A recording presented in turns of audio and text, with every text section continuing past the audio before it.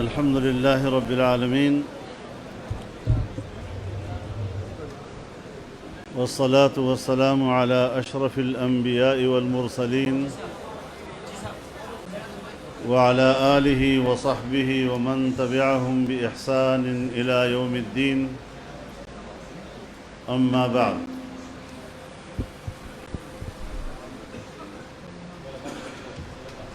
صدر اجلاس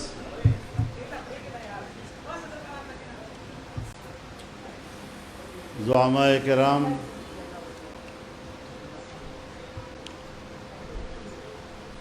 جمعیت علماء اسلام کے سوشل میڈیا سے وابستہ میرے نوجوان ساتھیوں،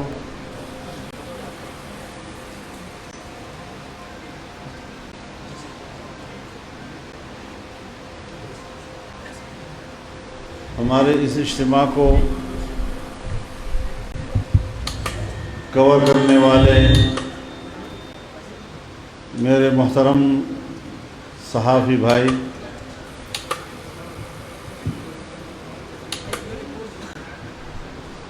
آج کے اس کامیاب اجتماع کے انعقاد پر میں جمعیت علماء اسلام کے سوشل میڈیا ٹیم کو دل کی گہرائیوں سے مبارکباد پیش کرتا ہوں۔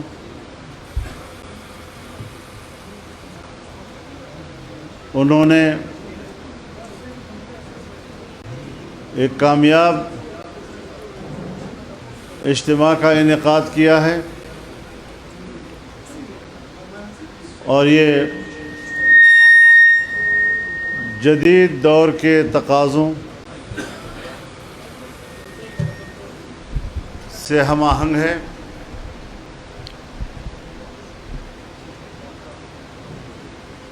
میں بذات خود سوشل میڈیا کی جدید تکنیک کے بارے میں مہارت نہیں رکھتا۔ ہمارے نوجوان اور نئی نسل اس فن کو بہت زیادہ جانتی ہے۔ میرے اپنے گھر میں بعض دفعہ میرے پوتے مجھے سکھاتے ہیں۔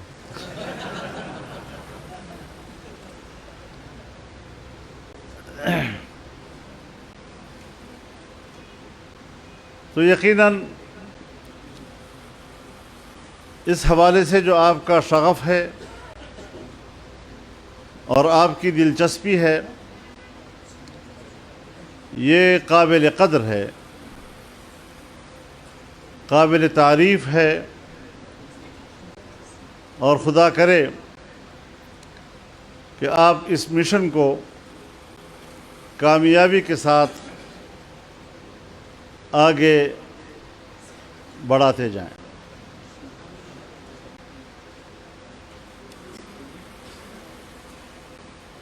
اکرم درانی صاحب نے بہت مختصر خطاب کیا اور کھڑے ہو کر کیا۔ مجھے پتہ ہے کہ وہ بھی کھڑے ہو کر لمبی تقریر نہیں کر سکتے، لیکن جوانی اپنے نام الاٹ کر دی۔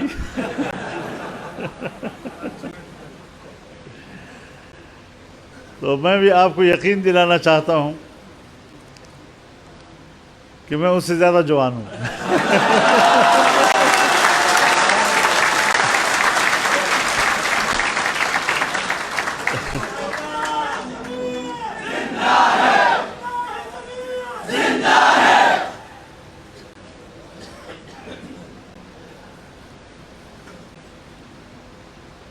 اس وقت بڑی سنجیدگی کے ساتھ اس بات پر ہمیں غور کرنا ہے کہ ہماری مشکلات کیا ہیں۔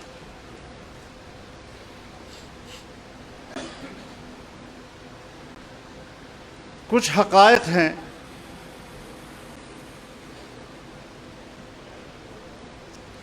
جسے ہمیں تسلیم کر لینا چاہیے۔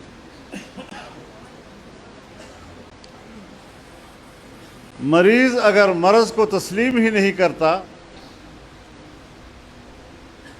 ڈاکٹر کو رجوع ہی نہیں کرتا، تو مرض بڑھتا جائے گا اور اس کا علاج نہیں ہو سکے گا۔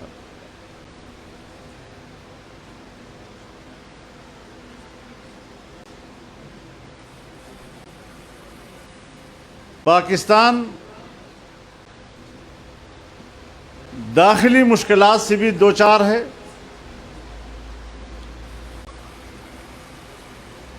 اور بیرونی خطرات سے بھی دوچار۔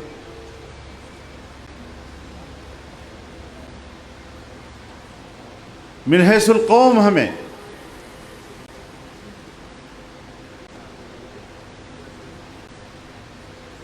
اپنے وطن کے لیے سوچنا پڑے گا۔ معاملات وقت کے ساتھ ساتھ گمبھیر ہوتے جا رہے ہیں۔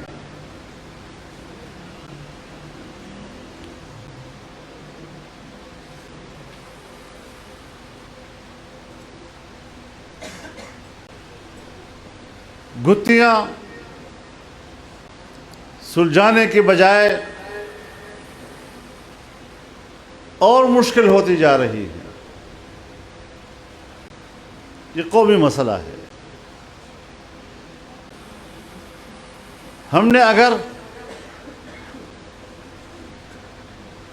10-12 سال پہلے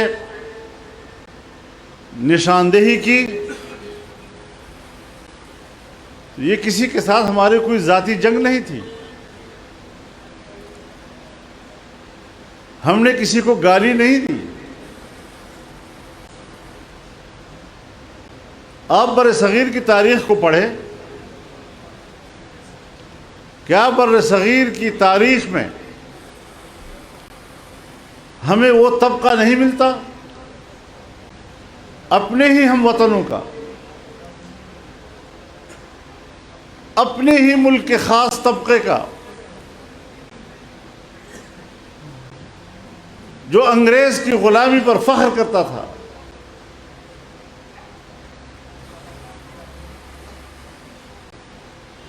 جو برصغیر پر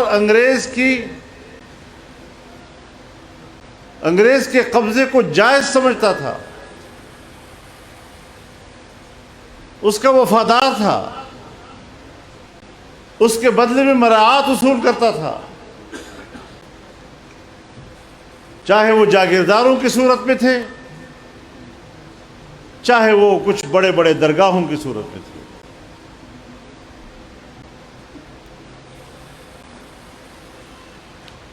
تو کیا اب ہم وہ بات نہ کریں؟ وہ ہمیں کہیں کہ آپ ہمیں انگریز کا وفادار کہتے ہیں؟ یہ تاریخ کا حصہ ہے، اب یہ حقیقت ہے۔ کیا ہمارے ملک کے اندر وہ جماعتیں یا ان جماعتوں کی اہم شخصیات، حتیٰ کہ آج بھی، کیا وہ لوگ نہیں ہیں جو امریکہ کے وفادار رہتے ہیں، امریکہ کے پالیسیوں کی پیروی کرتے ہیں، اس کو پاکستان میں نافذ العمل کرنے کے لیے اپنی خدمات پیش کرتے ہیں؟ تو پھر کیا ہم ان حقائق سے آنکھیں چرا لیں؟ کیا ہم اس کا تذکرہ ہی نہ کریں؟ تو اگر ہماری نظر میں ایک ایسا عنصر ملک کی سیاست میں داخل ہوا کہ جس نے دنیا کی یہودیت سے ہدایات لی، تو اس کو تشت اسباب کرنا یہ ہماری تاریخ کا حصہ ہے۔ ہم نے پہلے بھی کیا ہے اور آئندہ بھی کریں گے انشاءاللہ العزیز۔ یہ ایک نظریاتی جنگ ہے، اس نظریاتی جنگ کو نظریاتی طور پر ہم نے لڑا ہے، اور الحمدللہ ہم نے اس کو زخمی کیا، ہم نے اس کو گرایا ہے، اور ہم اس کو سمجھتے ہیں کہ ہم نے اسرائیل کے ایجنڈے کو بھی شکست دی ہے، ہم نے مغرب کے ایجنڈے کو بھی شکست دی ہے، ہم نے امریکی ایجنڈے کو بھی شکست دی ہے، اور پاکستان میں ان کے وفادار اور ان کے ایجنڈوں کو بھی شکست دی ہے۔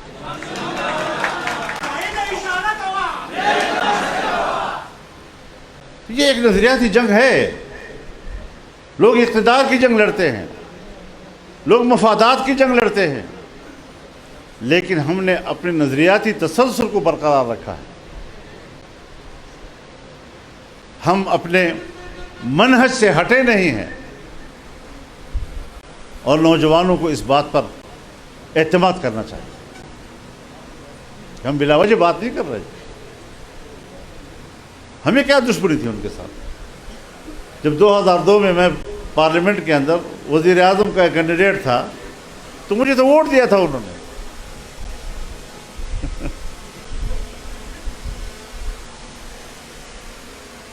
اور آج تک ہمارے اندر کوئی خامی نہیں نکال سکا سوائے گالیوں کے. اور آج میں آپ لوگ بھی کبھی کبھی میسیجوں میں یہ بات کر لیتے ہیں کہ فضل الرحمان آج کل خاموش ہے، بات نہیں کر رہا، کیوں نہیں کر رہا؟ بابا میری روایات ہیں، میں جس سے جنگ لڑتا ہوں پھر اس کی بھی ہاتھ کھلے ہونے چاہیے، میرے بھی ہاتھ کھلے ہونے چاہیے.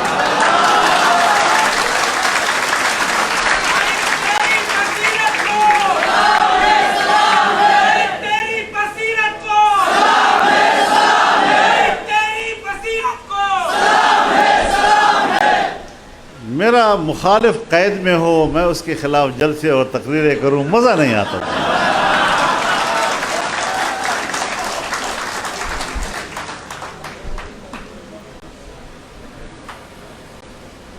لیکن نظریاتی جنگ اپنی جگہ برقرار ہے.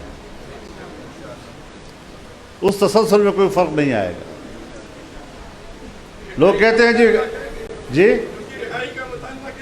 میں عرض کرتا ہوں آپ کو، میں چاہتا ہوں ہر سیاستدان کے لیے کہ وہ جیل سے باہر ہو. لیکن اگر قانون کے گھیرے میں آیا ہے تو پھر قانون ہوتا ہے. نہ میں اس سے مستثنا ہوں، نہ آپ مستثنا ہے، نہ کوئی اور مستثنا ہے. ایک بہت بڑا ڈپلومیٹ میرے پاس آیا، مغربی دنیا کا بڑا اہم ڈپلومیٹ تھا. مجھے کہنے لگا کہ ہم ان کی گرفتاری پر ہمیں تشویش ہے. میں نے کہا مجھے بھی تشویش ہے. اے کاش کہ میں نے کہا آپ کو اس وقت بھی یہ تشویش ہوتی جب 3 دفعہ ملک کا وزیر اعظم رہنے والا سی کلاس میں پڑھا ہوا تھا. جب 3 دفعہ ایک صوبے کا وزیر اعلیٰ سی کلاس میں پڑھا ہوا تھا. اس وقت تو آپ لوگوں نے اس پر کوئی تشویش کا اظہار نہیں کیا. یہ آپ کا نمائندہ تھا، اس لیے آپ کو تشویش ہے. پھر کہا یہ جو گرفتاریاں ہو رہی ہیں اس پر ہمیں تشویش ہے. تو میں نے کہا اگر یہ حملہ آپ کے ملک میں، آپ کے پارلیمنٹ پر ہوتا یا آپ کے کسی فوجی ہیڈ کوارٹر پہ ہوتا تو پھر آپ کیا کرتے؟ کہا ہمارے ہاں تو قانون حرکت میں آتا. تو میں نے کہا یہاں بھی قانون حرکت میں آیا ہے. ٹرمپ نے اور ٹرمپ کے لوگوں نے امریکہ میں وہ ہل پارک ہے کیا ہے، اس پہ حملہ کیا. وہ ریاستی مقام ہے اور تمام لوگوں کو جیلیں ہوئی، عمر وقت کی جیلیں ہوئی، بعض کو پھانسیوں کی سزا تک دی گئی. تو اگر امریکہ کے لیے اپنا ایک ریاستی مرکز وہ اتنا تقدس رکھتا ہے تو پھر پاکستان کی بھی ریاستی ادارے ہیں. اختلاف تو ہم نے بھی کیے. ہم سے بڑے جلسے کس نے کیے ہیں؟ ہم سے بڑے ملین مارچ کس نے کیے ہیں؟ کیا ہمیں پتہ نہیں تھا کہ ہماری اسٹیبلشمنٹ کی قیادت اس جرم میں شریک تھی؟ ہمیں پورا ادراک تھا. لیکن ہم نے افراد کے اختلاف کو نہیں دیکھا، ہم نے اداروں کے احترام کو دیکھا. فرق ہوتا ہے سیاست. اپنے حدود کو سمجھنا چاہیے. ہم اپنے حدود کو بھی سمجھتے ہیں، قانون کے حدود کو بھی سمجھتے ہیں، اور اس کے اندر بھرپور اپنی طاقت کا مظاہرہ بھی کر سکتے ہیں. الحمدللہ. لیکن ہمیں آج یہ دیکھنا ہے کہ پاکستان کا پورا انتظامی ڈھانچہ میری ناقص رائے میں، ممکن ہے میں کوئی زیادہ حساس ہوں اور یہ بات کر رہا ہوں کہ ملک کا مجموعی انتظامی ڈھانچہ اس وقت زوال پذیر ہے.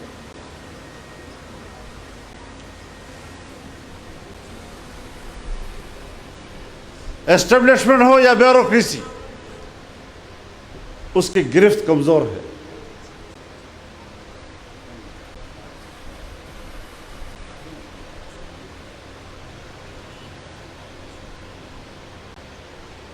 ملک کے اندر چاروں صوبوں کے اندر جو مرکز گریز قوتیں ہیں یا مذہب بیزار قوتیں ہیں، وہ اپنے اپنے علاقوں میں اپنی گرفت اور اپنے اثر کو مضبوط کیے جا رہے ہیں. اسٹیبلشمنٹ اور بیوروکریسی پر عوام کا اعتماد کمزور ہوتا جا رہا ہے. قوم کی ناراضگیاں بڑھ رہی ہیں اور پھر معاشی لحاظ سے ہم زبوں حالی کا شکار ہوتے جا رہے ہیں. جہاں دنیا میں معیشت کمزور ہو جائے وہاں قومی وحدت بھی ساتھ ساتھ کمزور ہو جاتی ہے. وہاں وطن کے ساتھ، ملک کے ساتھ کمٹمنٹ کمزور ہو جاتی ہے. اور ہم نے تجربہ کیا ہے. گزشتہ جو 5 سال گزرے ہیں، 3.5-4 سال جن کی حکومت رہی اور ملک کی معیشت کی عمارت کو گرایا، تو خطرہ تھا کہ مختلف صوبوں میں بغاوتیں شروع ہو جائیں، مختلف علاقوں میں بغاوتیں شروع ہو جائیں. یہ جمعیت علماء اسلام تھی جس نے تمام پارٹیوں کو ایک پلیٹ فارم پر رکھا، چاہے وہ قومی سطح کی جماعتیں تھیں، چاہے وہ علاقائی جماعتیں تھیں، چاہے وہ قوم پرست جماعتیں تھیں، سب کو ہم نے ایک پلیٹ فارم پر رکھا تاکہ ملک کی وحدت کو بچایا جا سکے.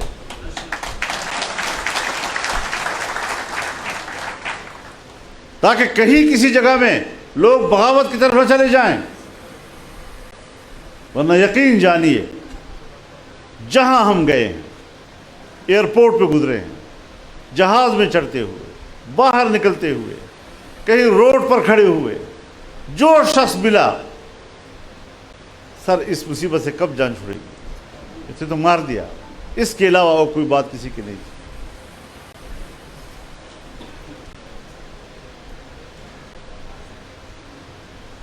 اور میں نے اس وقت بھی یہ کہہ دیا تھا، جب ابھی عدم اعتماد نہیں ہوا تھا، تو میں نے پبلک جلسوں میں کہا تھا کہ معیشت اتنی گر گئی ہے کہ اس معیشت کو اب دوبارہ اٹھانا یہ مشکل کام ہو جائے گا. اور اب آپ دیکھیں مشکل ہے یا نہیں ہے. اقتصاد کوئی ایسی چیز نہیں ہے کہ 10 سال 15 سال بالکل ایک ہی سطح پہ رہے. یہ اونچ نیچ رہتی ہے. مجموعی قومی پیداوار کی شرح بھی مختلف ہوتی رہتی ہے. لیکن آپ خود اندازہ لگائیں کہ 2017-18 کے بجٹ پہ ہم نے مجموعی قومی پیداوار کی شرح 6 اور 6.5% تک رکھی. اور پھر جب یہ لوگ آئے، بظاہر خیر بڑے دیانتدار، سب کو چور کہنے والے، خود گھڑی چور، جب یہ آئے تو ان کے وقت میں پاکستان کی سالانہ مجموعی قومی پیداوار 0 سے نیچے یعنی مائنس پہ چلی گئی تھی.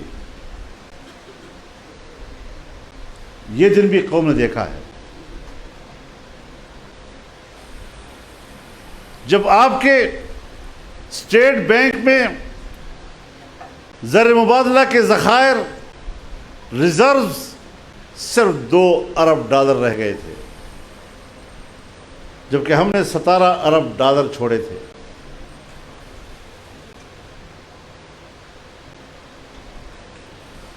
پوری دنیا کی معیشت میں پاکستان 24ویں نمبر پہ آ گیا تھا۔ اگر یہ بیچ میں لوگ نہ ہوتے آج G20 کا پاکستان ممبر ہوتا۔ ہمارے پڑوس میں ابھی G20 کا اجلاس ہوا ہے، پاکستان اس کا ممبر ہوتا، وہاں شریک ہوتا۔ لیکن ان 3.5 سالوں میں پاکستان دنیا کی معیشت کے 47ویں نمبر پہ چلا گیا۔ اچھل رہے ہیں، بات کو سمجھتے ہی نہیں ہے کہ ہم نے کیا کیا ہے اس ملک کے ساتھ۔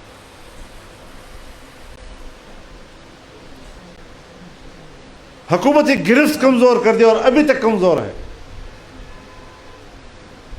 بیچ میں عدم اعتماد آیا، حکومت بنی 11-12 جماعتوں کی، لیکن میں کہتا رہا کہ ملک اس حد تک نیچے جا چکا ہے کہ یہ اب دلدل ہے، دلدل سے آدمی نکلنے کی کوشش کرتا ہے لیکن دھستا چلا جاتا ہے۔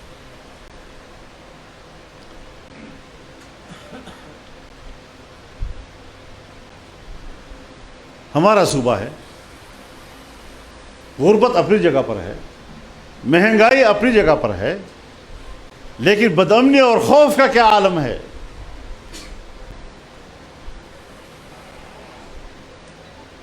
آئے روز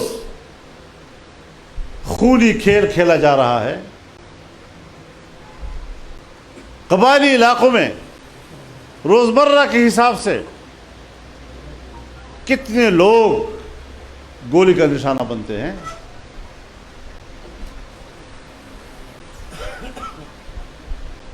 جمعیت علماء اسلام پر کیوں حملے ہوئے؟ کس کے اشارے سے ہوئے؟ باجوڑ کا حادثہ کیوں درپیش ہوا؟ اور حادثے سے پہلے کوئی 1.5 سال کے اندر میرے 20 علماء کیوں شہید کیے گئے؟ اور اس کے بعد بھی یہ سلسلہ جاری۔ مستونگ میں کبھی کسی زمانے میں مولانا عبدالغفور حیدری پہ حملہ ہوا، 26 ساتھی شہید ہوئے، اور یہ ابھی حافظ حمداللہ پہ ہوا، اور ابھی عید میلاد تو پھر ہوا، 50-60 لوگ اس میں شہید کر دیے گئے۔ جہاں اس حد تک قتل و غارت گری ہو، جہاں اتنا زیادہ خون بہے، وہاں امن، وہاں سکون، وہاں اطمینان کا کیا سوال پیدا ہوتا ہے؟ کیسے وہاں کا شہری گھر سے نکلے گا اور اس اطمینان کے ساتھ کہ شام کو گھر واپس محفوظ آئے گا واپس؟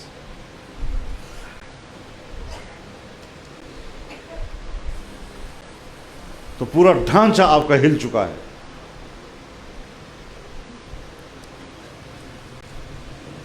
کراچی گلی کوچوں میں جرائم، سماجی جرائم، MNA اور MPS سے گاڑیاں چھین لی جاتی ہیں، لے جاتے ہیں ان سے۔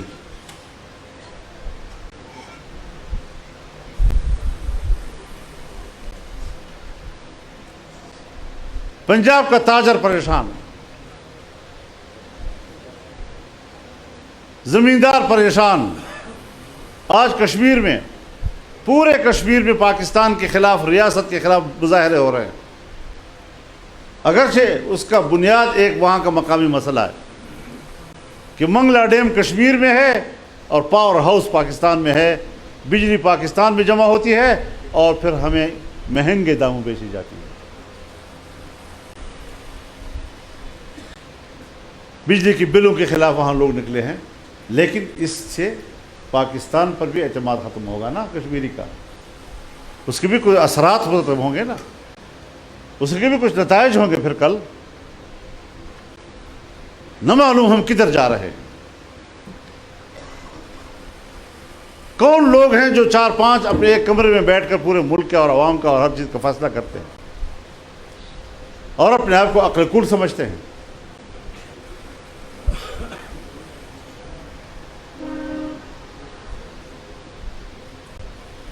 میں جب کچھ کمزوریوں کا ذکر کرتا ہوں تو ہمارے صحافی برادری ہم مجھ پر تبصرے کرتی ہے کہ یہ الیکشن ملتوی کرنا چاہتا ہے. وہ الیکشن نہیں ملتوی کر رہا, ان کی غلط فیصلوں کی نشاندہی کر رہا ہوں. الیکشن کے لیے تو ہم نے 2018 کا الیکشن تسلیم نہیں کیا, 3.5 سال ہم نے دوبارہ الیکشن کا مطالبہ کیا, اور ہمیں الیکشن سے ڈرایا جاتا ہے. جو ہمیں الیکشن سے ڈراتا ہے وہ ذرا اس صوبے کے بلدیاتی الیکشن کے نتائج دیکھ لے کہ کیا ہم ڈرنے والے ہیں یا ہم سے کوئی ڈر رہا ہے.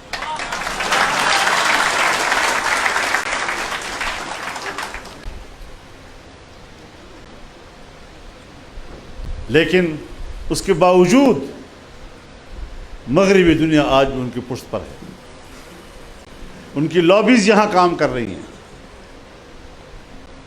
یہ ایک پارٹی کے لیے کام نہیں کر رہی, یہ ریاست کے خلاف کام کر رہی ہیں. اس کا راستہ ان نوجوانوں نے روکنا ہے.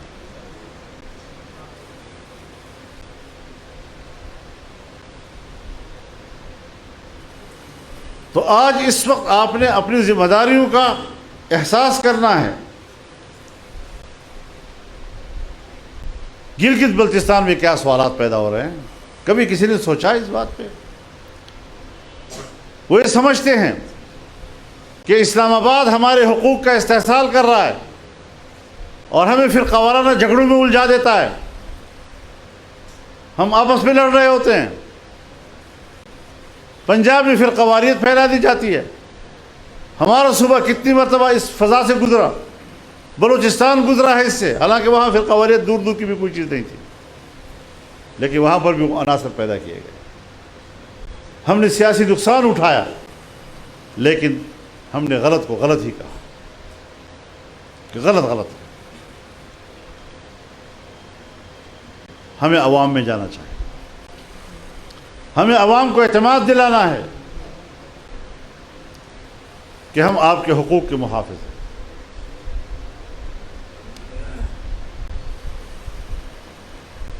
میں سیاسی جماعتوں سے بھی کہنا چاہتا ہوں, سب لوگ لگے ہوئے ہیں الیکشن کمپین میں, سمجھتے ہیں کہ اگلے الیکشن میں ہم کامیاب ہو جائیں. یہ کوئی بری بات نہیں ہے, یہ سب کا حق ہے, لیکن ترجیحات تو دیکھو. آپ الیکشن کی فکر میں ہیں اور ادھر ریاست جو ہے ڈوب رہی ہے آپ کی.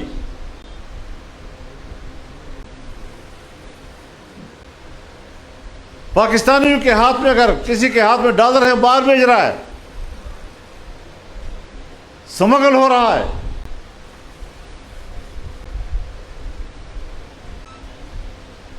باہر کے لوگ تفصیلات روک رہے ہیں, پیسہ پاکستان نہیں بھیج رہے, سرمایہ کاری ملک کے اندر نہیں ہو رہی. اب آپ مجھے بتائیں کہ ان حالات میں اگر پاکستان کے اندر کوئی بندوق اٹھاتا ہے اور اس جذبے کے ساتھ کہ میں تو جہاد لڑ رہا ہوں, یہ ایک جذبہ تو ہو سکتا ہے, یہ ایک خواہش تو ہو سکتی ہے, لیکن اس کا آغاز کرنے سے پہلے حالات کو سمجھ کر اس کے انجام پر بھی نظر رکھنی چاہیے. اس کے نتائج کیا ہوں گے؟ نتائج یہ ہوں گے اس کے کہ آپ کا انتخابی عمل مخدوش ہو جائے گا, باہر سے سرمایہ کاری بند ہو جائے گی. پاکستان میں امن نہیں, عدم استحکام ہے, سیاسی لحاظ سے بھی معاشی لحاظ سے بھی. ایک دفعہ ہم نے ملک کو دیوالیہ پن سے نکالا, دوبارہ اس طرف جا سکتا ہے.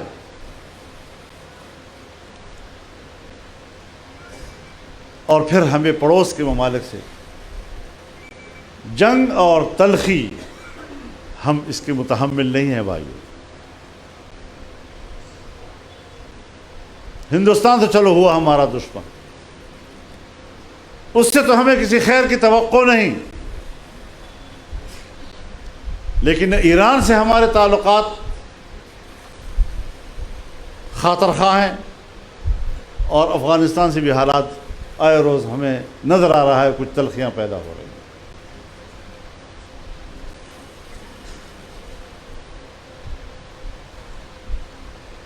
بظاہر تو کہا جا رہا ہے کہ غیر قانونی طور پر جو ملک میں رہتے ہیں وہ باہر چلے جائیں، لیکن غیر قانونی طور پر پاکستان میں رہنے والے وہ صرف پشتون تو نہیں ہیں، لیکن ہاتھ ڈالا گیا صرف پشتون پر۔ کیوں؟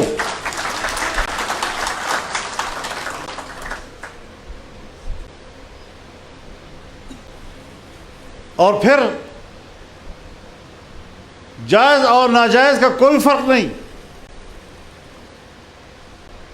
اس کو پکڑو، اس کو پکڑو، اس کو پکڑو، اس کے کارڈ میں جیب میں کارڈ بھی ہے اس کو بھی پکڑو، نکالو یہاں سے۔ آپ مجھے بتائیں، آپ پٹھان لوگ ہیں، بحیثیت پشتون بھی اور بحیثیت مسلمان بھی ہماری روایات کیا ہیں؟ اگر 1 مہینہ اور 1 سال بھی آپ کا مہمان آپ کے گھر میں رہے اور آپ اس کی خدمت کرتے رہیں اور گھر سے نکالے تو ایک لات مار کر گھر سے نکالو، آپ بتائیں کہ آپ کی وہ 1 سال کی پوری مہمانداری ختم نہیں ہو گئی؟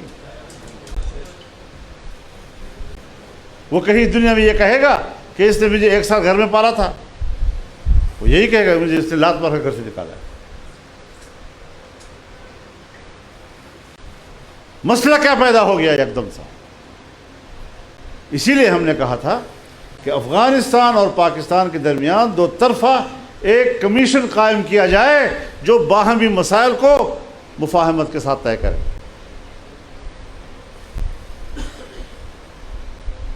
افغانستان میں تو 20 سال جنگ رہی، بلکہ اس سے بھی پہلے 20 سال اور بھی لگا دو، 40 سال سے وہاں جنگ ہے، ابھی کچھ وہاں امن آیا ہے۔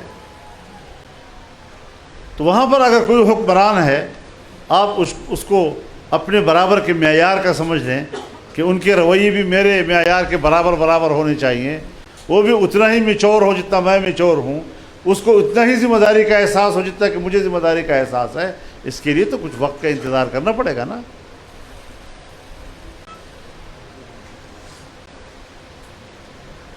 اور پھر ہماری بیوروکریسی، پولیس افسران گدھ کی طرح ان پہ جھپٹ رہے ہیں، کسی سے زمین کھینچ رہے ہیں، کسی سے پیسے کھینچ رہے ہیں۔ کیا حشر کر دیا ان لوگوں نے؟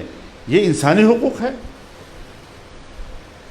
میں دنیا کی انسانی حقوق کی تنظیموں کو دعوت دیتا ہوں کہ آئیں پاکستان میں، اور آج اس وقت پاکستان میں افغان مہاجرین کے حوالے سے انسانی حقوق کا مطالعہ کریں کہ ہو کیا رہا ہے پاکستان کا۔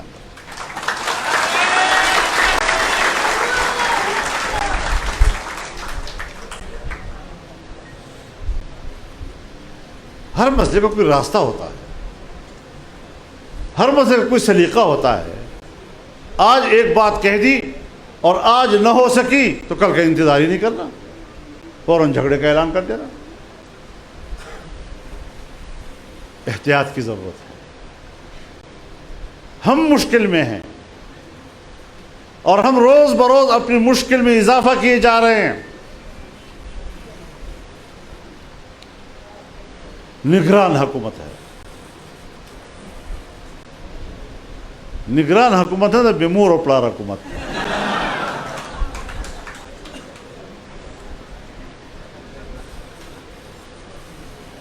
کرسی دا سے کر لگے خالی۔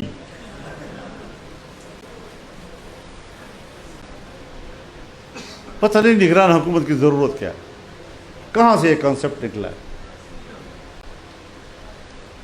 دنیا میں تو کہیں ایسا نہیں ہے۔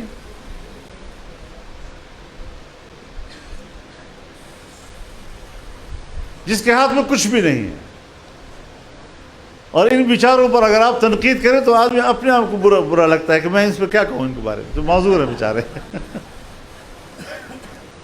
میں دعوت دیتا ہوں سنجیدگی کی طرف آنے کا، میں دعوت دیتا ہوں اپنے حالات کو صحیح معنوں میں سمجھنے کا، اس کا تجزیہ کرنے کا۔ تمام پارٹیوں سے کہنا چاہتا ہوں، ان کی قیادت سے درخواست کرنا چاہتا ہوں کہ اس وطن عزیز کو بچانے کے لیے سوچیں۔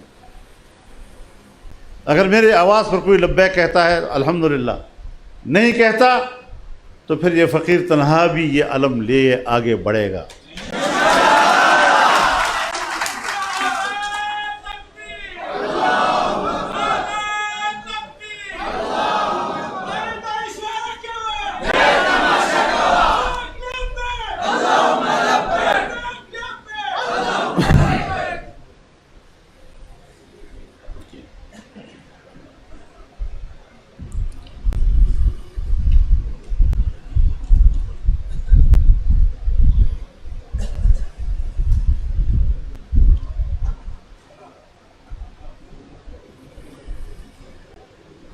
اقلیتیں غیر محفوظ ہیں ہمارے ملک میں، ان کے گھروں کو جلا دیا جاتا ہے، ان کے عبادت گاہوں کو جلا دیا جاتا ہے۔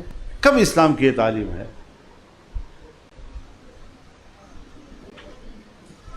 مزدور طبقہ پریشان ہے، کسان پریشان ہے، کوئی ایک طبقہ تو ایسا نہیں جو مطمئن ہو، عام دکاندار پریشان ہے۔ لہذا آج ملک کو اور قوم کو اعتماد میں لینے کی ضرورت ہے۔ اسی مقصد کے لیے ہم نے آگے بڑھنا ہے۔ انتخاب جب آئیں بسر و چشم، لیکن یہ جو الیکشن کمیشن نے کہا ہے نا کہ جنوری کے آخر میں، تو آدھے پاکستان میں تو برف ہوگی۔ اتنی سی بات کہہ کر تبصرہ کرتے ہیں کہ صاحب یہ تو الیکشن ملتوی کرانا چاہتا ہے۔ تم ذرا آؤ نا ہماری طرف، تم ذرا جاؤ نا وزیرستان سے لے کر چترال تک، اور پھر سوات اور شان لگے پہاڑوں میں کوہستان تک، اور پھر ایبٹ آباد اور مری تک جاؤ جنوری کے آخری ہفتے میں۔ پھر سیاحت کے لیے لوگوں کو بھیجو نا ادھر اس موسم میں۔ خوزدار سے لے کر پورا بلوچستان شمال میں برفوش علاقے۔ اب یہ بات اگر کرنی ہے تو حقائق ہے، زمینی حقیقت ہے۔ کیا ہم اپنے ملک کے موسم کو نہیں جانتے؟ ایک بندہ ان علاقوں میں نہیں ہے۔ اگر کسی پولنگ اسٹیشن پر ایک خاص شرح کے ساتھ خواتین ووٹ نہ ڈال سکیں تو اس کو منسوخ کرتے کہ دوبارہ الیکشن کرو۔ تو جہاں بندی نہیں ہے اور جہاں ووٹ ہی نہیں پڑ سکے گا اس کا کوئی لحاظ نہیں ہے۔ تو ہم نے ایک مشورہ دیا ہے الیکشن کمیشن کو کہ ذرا اگر یا تو آئین کے مطابق کرو تو 90 دن کے اندر کرو، تو نومبر میں کرو، اور اگر سب نے اتفاق رائے کے ساتھ نئی مردم شماری کے تحت الیکشن کرانے کے دستخط کیے ہیں، پیپلز پارٹی نے بھی کیے ہیں اور تمام پارٹیوں نے کیے ہیں، تو پھر الیکشن کمیشن نے نئی مردم شماری کے تحت تو پھر نئے حلقہ بندیاں بھی کرنی ہیں۔ اور ہمارے ساتھ تو خوب ہوا، یہ جو کہتے تھے نا قوم پرست کہ قبائل کا انضمام کرو، انضمام کرو، فاٹا کا انضمام کرو، انضمام کرو۔ اب انضمام تو ہو گیا، کتنے سال ہو گئے؟ 6 سال ہو گئے نا۔ اب 6 سال میں ان کو یہ پتہ نہیں چل رہا کہ ہم اب قبائل ہیں یا ہم سیٹل علاقے کے بندوبستی ہیں۔ نہ مردوں میں شمار ہوئے نہ عورتوں، نہ ہیوں میں نہ شیوں میں، ہکے بکے پریشان۔ کتنا اطمینان دلایا گیا، وہ آپریشن کوئی 10-12 آپریشن کرائے ملک کے پورے اس علاقے میں، اور آج اس سے کہیں برا حال، اس سے کہیں بڑی تعداد میں لوگ آئے، اس سے کہیں اچھے اسلحے کے ساتھ لوگ آ گئے۔ پولیس نے تو اپنی چوکیاں بند کر دی ہیں،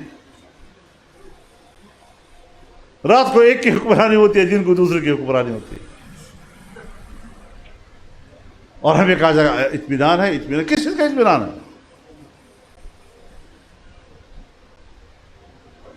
میں پھر کہتا ہوں آپ سے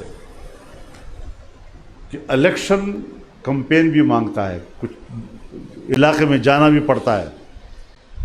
درانی صاحب آپ اپنے علاقے میں جا سکتے ہیں؟ شیر اعظم صاحب آپ جا سکتے ہیں اپنے علاقے میں، گھوم سکتے ہو؟ میرا بھی یہی حال ہے۔ ابھی پرسوں ہمارے ضلع ٹانگ کے میئر کو، صدام کو، اس پر راکٹ فائر کیا گیا، فائرنگ کا تبادلہ ہوا، اللہ نے بچا لیا۔ 1 سال پہلے ان پر حملہ ہوا تھا۔ اب ان حالات میں کوئی کیسے کمپین کے لیے نکلے؟ مجھے پتا ہے جب وزیر اعظم شہباز شریف صاحب وہاں علاقے میں آئے تو ان کی سیکورٹی کا کیا انتظام کیا گیا تھا اور کیسے کیا گیا تھا، کس طرح وہ آئے اور کس طرح محفوظ وہاں سے نکلے ہیں۔ آپ تو ٹی وی میں دیکھتے ہیں وزیر اعظم اترا گئے، بات کر لی اور چلے گئے، خیر خیریت تھی، کوئی خیر خیریت نہیں تھی آپ۔ تو یہ ساری چیزیں وہ ہیں کہ جس کو ہم نے آپ جانچنا ہے، ان چیزوں کو، اور اس پر ہم نے کام کرنا ہے۔ 14 اکتوبر کو جب آپ مفتی صاحب کا کانفرنس کریں گے تو یہ کانفرنس عام کانفرنس نہیں ہوگی، یہ آپ کے پورے صوبے کی سیاست کو پلٹ دے گی انشاءاللہ العزیز۔ صرف صوبے کو نہیں، یہ پورے ملک کی سیاست کو تبدیل کر دے گی اور ہمیں پورے ملک پہ جانا ہوگا، پنجاب میں بھی جانا ہوگا، سندھ میں بھی جانا ہوگا، اور وہاں بھی ہم انشاءاللہ اس دفعہ مکمل پورا الیکشن لڑیں گے انشاءاللہ۔ تو یہ چیزیں ہمارے مد نظر ہونی چاہیے، اس کانفرنس کو آپ نے کامیاب کرنا ہے۔ اور ایک بات میں آپ سے عرض کروں، ہاں انضمام کیا ہوا، آپ 6 قومی اسمبلی کی سیٹوں سے محروم ہو گئے اور غالباً 8 ہمارے سینٹ کی سیٹوں سے آپ محروم ہو گئے، یہ دم گٹا اکڑا اس غول خلق نے تپو سکے چاہے بھی انضماموں کے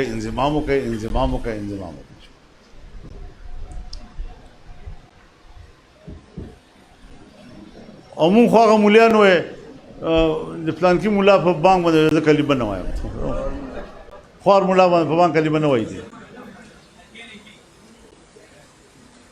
نعرے مورتا اکھڑ لے۔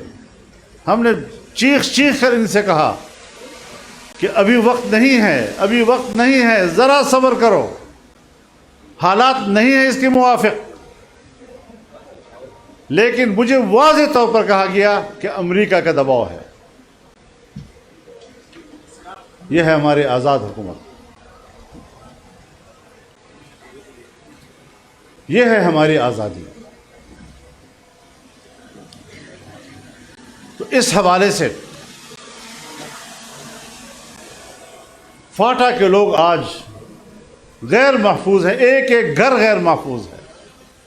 پہلے سے تباہال قبائل انضمام کے بعد بھی بے گھر بھی ہو گئے اور دربدر بھی ہو گئے، زندگی بھی ان کی خدشے میں ہے۔ کیسے زندگی گزارتے ہیں وہ لوگ؟ بہت سخت لوگ ہیں۔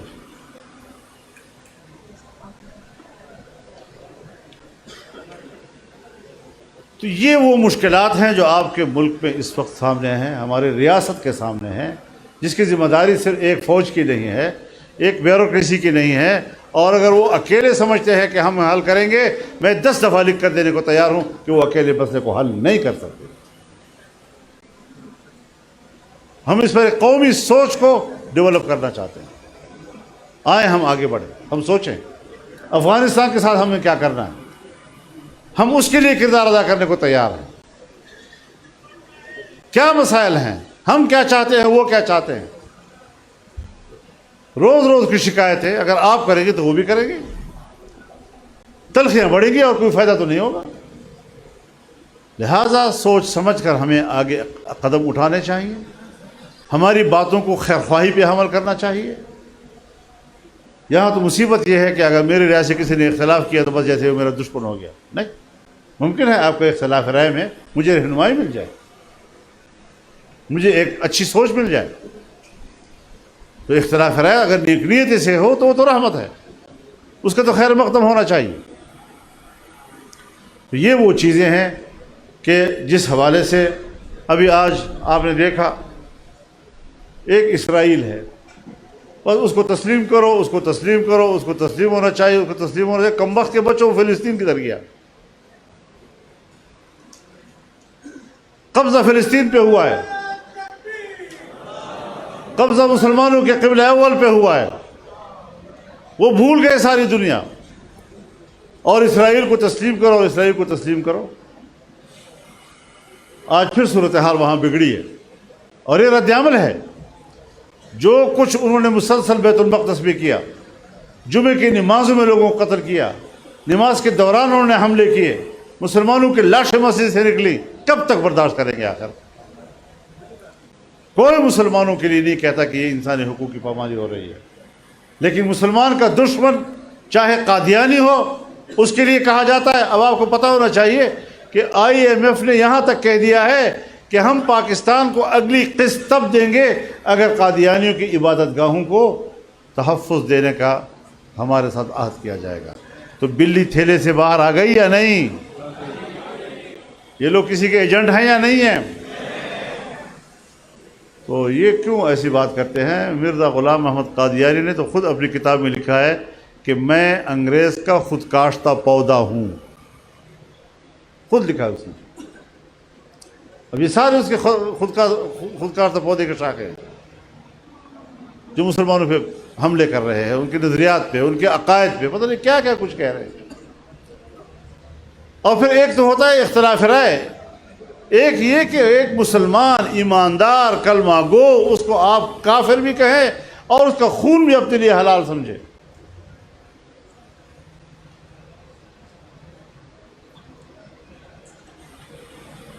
رسول اللہ صلی اللہ علیہ وسلم تو فرماتے ہیں کہ ساری دنیا ایک طرف ہلاک ہو جائے، یہ اللہ کے لیے اتنا مشکل نہیں جتنا اللہ پر بھاری ہے ایک مسلمان کا خون بہانا، ایک مرد کا۔ اور نبی علیہ السلام نے فرمایا کہ اللہ تعالیٰ فرماتے ہیں کہ اگر آسمان کے لوگ، زمینوں کے لوگ اکٹھے ہو جائیں، ایک مومن کا خون بہائیں تو میں ان تمام کو جہنم میں ڈال دوں گا، ایک خون کے بدلے میں پوری کائنات کو میں جہنم میں ڈال دوں گا۔ اب آپ علماء کرام سے پوچھیں تو علماء کہتے ہیں کہ اگر ایک شخص شراب پیتا ہے اور شراب کو گناہ سمجھتا ہے تو وہ گناہگار ہے اور کافر نہیں ہے، لیکن اگر شراب پیتا ہے اس کو حلال سمجھتا ہے تو کافر ہے۔ زنا کرتا ہے اور زنا کو گناہ سمجھتا ہے، اللہ کے سامنے اپنے آپ کو شرمندہ سمجھتا ہے تو پھر وہ گناہگار ہے، کافر نہیں ہے۔ اگر چوری کرتا ہے اور چوری کو حرام سمجھتا ہے، ڈاکہ کرتا ہے، ڈاکے کو حرام سمجھتا ہے تو پھر حرام کرنے والا اگر اس کو حرام سمجھ کر کرتا ہے تو یہ گناہ کا مرتکب ہے، کافر تو نہ ہوا۔ لیکن اگر ایک اس کو حلال سمجھتا ہے تو اس کو کہتے ہیں یہ کافر ہو گیا جی۔ اب مسلمان کا خون، مومن کا خون اپنے لیے حلال قرار دینا، اس کے قتل کو جائز سمجھنا اور حلال سمجھنا، یہ کفر نہیں تو پھر کیا ہوگا؟ اور ہم پر فتوے لگاتے ہیں جمہوریت والے ہیں اس لیے کافر ہیں۔ تم جمہوریت کو جانتی نہیں ہو، جاہل کے بچوں، اپنی جہالت تو ہمارے اوپر مت تھوپو۔ نہ تمہیں جمہوریت کی تعریف آتی ہے، نہ دنیا میں کوئی اس کی ایک تعریف ہے۔ تو اس حوالے سے آپ نے اپنے سوشل میڈیا کی دنیا کو موٹیویٹ کرنا ہے، اسے ایکٹیویٹ کرنا ہے، اس کو متحرک بنانا ہے اور سنجیدہ انداز کے ساتھ، تاکہ لوگ یہ نہ سمجھے کہ مذاق اڑا رہے ہیں، گپ شپ لگا رہے ہیں۔ یہ فیک آئی ڈیز جو ہیں نا، اس کا بھی مقابلہ کرنا ہوتا ہے۔ ایک غلط بات کرتا ہے، اس کے پیچھے جناب 1 کروڑ فیک آئی ڈیز ہوتی ہیں، اس میں 1 منٹ کے اندر وہ 100 200 500 1000 لائکس آ جاتی ہیں۔ مجھے لوگ بتاتے ہیں، مجھے تو پتہ نہیں ہے جی، وہ کہتے ہیں ہو یہ کیا زبردست بات کہی جی۔ جھوٹ پر جس کی سیاست مبنی ہو، پروپیگنڈے پر جس کی سیاست مبنی ہو، وہ تو ختم ہو جائے گی، وہ تو نہیں رہے گی، آج نہیں تو کل ختم ہو جائے گی۔ باطل باطل ہے، باطل کہتے ہی اسے ہے جو مٹ جائے، اور حق حق ہے، حق کہتے ہی اسے ہے جو ہمیشہ رہے۔ تو آپ نے حق کے ساتھ رہنا ہے، انشاءاللہ آپ ہمیشہ رہیں گے۔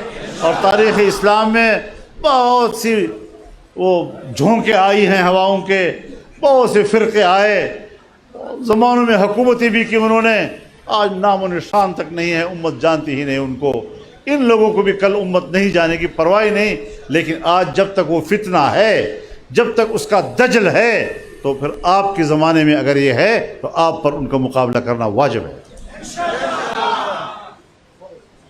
دلیل کے ساتھ مقابلہ کریں۔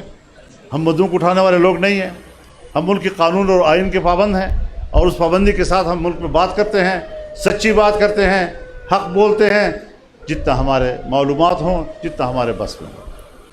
اللہ تعالی ہمیں اس کی توفیق عطا فرمائے، اور ہمت کریں۔ 14 اکتوبر کو مفتی صاحب رحمہ اللہ کی یاد میں جو کانفرنس ہو رہی ہے، اس کے لیے بھرپور تیاریاں کریں۔ انشاءاللہ ایک تاریخ ساز ہوگی اور پوری تاریخ کو تبدیل کرے گی انشاءاللہ۔ اللہ تعالیٰ کامیابی سے سرفراز فرمائے، قبول فرمائے اور اپنے حفظ و امان میں رکھے۔ وآخر دعوانا ان الحمد للہ رب العالمین۔